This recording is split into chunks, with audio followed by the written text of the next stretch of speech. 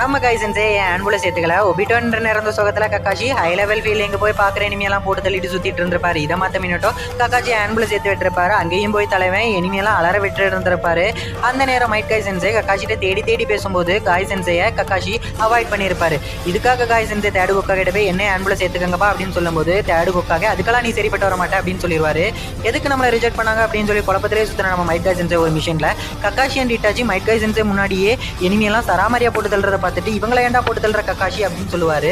அதுக்கு நம்ம கக்காஷி இது எங்களோட மிஷின் அண்ட் நாங்கள் ஆன்பு மிஷினில் இருக்கும்போது நீ எங்களை ரியல் நேமில் கூப்பிடக்கூடாதுன்னு சொல்லுவார். அப்போ தான் நம்ம கைசன்ஸே ஒன்று புரிஞ்சுப்பாரு.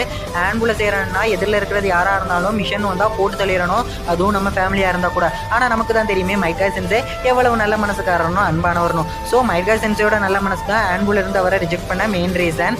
மதரா வெர்சஸ் மைட் கைசன்ஸே ஃபைட் பார்த்தா நம்ம எல்லாத்துக்குமே தெரிஞ்சிருக்கும். ஒருவேளை மைட் கைசன்ஸே மட்டும் கொஞ்சம் ஹார்ட்லெஸ்ஸாக இருந்த ஆன்புல சேர்ந்துருந்தாருன்னா லீஃப் வில்லேஜுக்கு